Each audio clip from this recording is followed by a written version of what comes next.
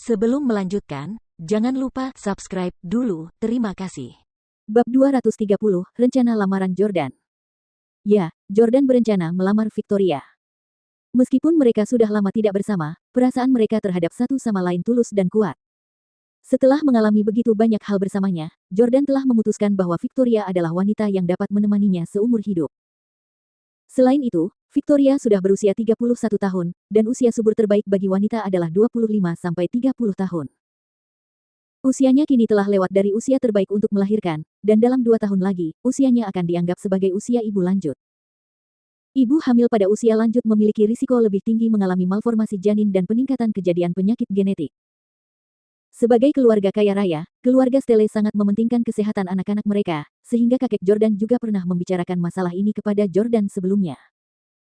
Dia memberitahu Jordan bahwa dia harus mempertimbangkan untuk memiliki bayi dengan Victoria jika dia benar-benar menyukainya. Merupakan hal yang umum bagi pasangan untuk memiliki anak sebelum menikah, dan beberapa pria akan menunggu sampai anak-anak mereka remaja untuk melamar pacarnya.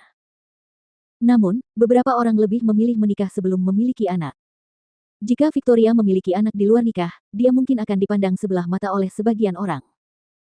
Oleh karena itu, Jordan bermaksud melamar Victoria dan memiliki anak dengannya dalam waktu 1 tahun setelah mereka bertunangan. Tentu saja, meskipun Jordan punya niat untuk melamarnya, dia tidak akan langsung melakukannya. Jordan berencana melamar Victoria setelah Hailey melahirkan. Perkiraan tanggal persalinan Hailey adalah pada bulan Februari tahun berikutnya, yang berarti kurang dari 4 bulan lagi. Kebetulan saja Victoria baru saja menjadi presiden Perry Express, jadi dia sangat sibuk setiap hari. Memang saat itu bukan saat yang tepat untuk melamar. Dia akan melamarnya saat dia sedang cuti tahun depan. Namun, Emily terkejut mendengar bahwa Jordan bermaksud melamar Victoria. Sambil mengunyah camilan, dia berkata, "Wah, Jordan, berani sekali kamu. Kamu benar-benar berpikir untuk melamar adikku. Aku tidak bermaksud membocorkan rahasia, tetapi hanya karena Victoria berpacaran denganmu, bukan berarti dia akan bersedia menikahimu.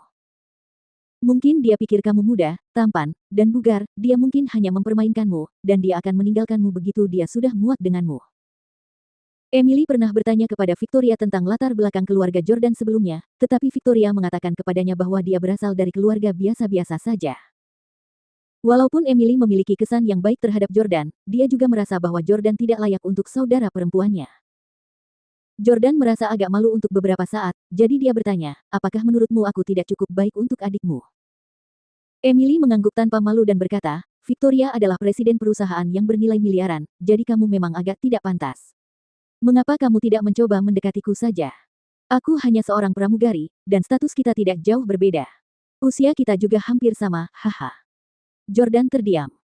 Jordan merasa sedikit canggung. Gadis ini terus mencoba menggodaku. Apakah dia mencoba membantu Victoria mengujiku? Lelaki yang punya niat jahat bisa-bisa selingkuh deh kalau ketemu cewek cantik yang lagi ngambil inisiatif buat merayu. Jordan berkata, "Pokoknya, jangan pedulikan apakah adikmu akan menolakku atau tidak. Katakan saja lamaran seperti apa yang disukainya." Karena lamaran pernikahan seharusnya menjadi kejutan, Jordan tidak bisa bertanya kepada Victoria lamaran macam apa yang ia sukai karena itu akan merusak unsur kejutan. Dia akan bertanya-tanya, mengapa dia menanyakan hal ini padaku? Apakah dia berencana melamarku? Sambil makan camilan, Emily berpikir sejenak lalu berkata, dia memang bilang kalau orang yang dia suka melamarnya, dia tidak mau di tempat umum atau tempat yang terlalu ramai. Alangkah baiknya jika kamu bisa menyewa pulau. Jika hanya berdua, tidak akan terlalu canggung bagimu jika dia menolakmu. Haha. Jordania tidak bisa berkata apa-apa. Dia melakukannya lagi. Jordan sangat percaya diri, dan dia tahu bahwa Victoria sangat mencintainya. Begitu dia melamarnya, Victoria pasti akan setuju. Setelah menerima informasi yang berharga itu, Jordan berhenti bersikap baik kepada Emily dan merampas tas berisi makanan ringan darinya. "Berhenti makan. Tahukah kamu bahwa pramugari harus menjaga kebugaran tubuh? Aku akan memakan camilan untukmu." "Ah, kamu menyebalkan sekali. Kembalikan saja padaku. Aku belum makan apapun." Emily terus mengejar Jordan, dan mereka berdua tertawa tak henti-hentinya. Keesokan harinya, mereka berdua mandi dan meninggalkan kamar hotel bersama-sama. Begitu mereka membuka pintu kamar hotel, mereka melihat ada seorang penjaga keamanan yang mirip bintang NBA Nick yang berdiri di luar. Setelah bertanya, Mereka mengetahui bahwa Jordan telah menaklukkan penjahat itu kemarin, dan staf hotel takut seseorang akan datang untuk membalas dendam, jadi mereka secara khusus mengirim seseorang untuk menjaga pintu mereka demi melindungi keselamatan mereka. Petugas keamanan ini berdiri di depan kamar mereka sepanjang malam. Sulit bagimu. Jordan dan Emily mengucapkan terima kasih kepadanya. Namun, petugas keamanan berkata, sama sekali tidak sulit. Kalian melakukannya sepanjang malam, jadi saya tidak bosan sama sekali. Kemudian, dia menatap Jordan dan mengacungkan jempolnya. Kau benar-benar mengagumkan, sobat. Jordan terdiam. Apakah orang ini salah paham? Tadi malam, Jordan dan Emily bertengkar cukup lama dan baru tidur setelah pukul 4. Kamu salah paham, dia adik pacarku, bukan pacarku. Jordan menjelaskan. Petugas keamanan itu berseru.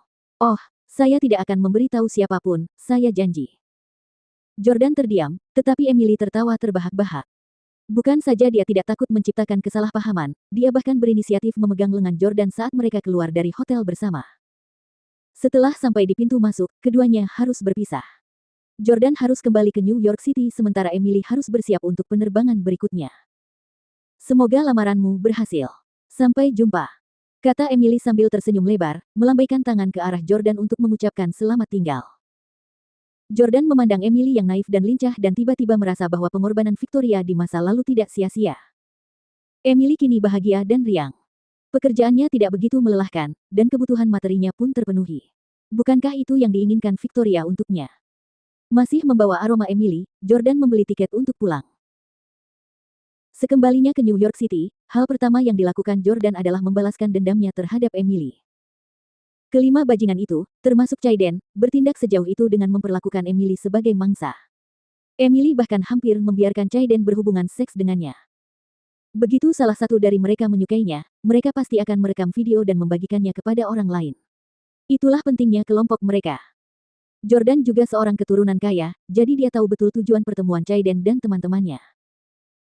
Jika salah satu tidak berhasil, maka yang lain akan mencoba, dan jika berhasil, dia akan memberikan beberapa keuntungan kepada yang gagal. Jordan tidak perlu menebak untuk mengetahui bahwa mereka akan melakukan itu. Jika aku tiba di DC setengah jam lebih lambat, maka foto dan video mungkin sudah dilihat oleh kelima bajingan itu. Jordan mengepalkan tangannya karena jengkel karena dia melihat Emily sebagai saudara iparnya. Dialah saudara perempuan yang selalu dilindungi Victoria dan telah menjadi simpanan seseorang. Jordan tidak akan pernah membiarkan siapapun menyakitinya.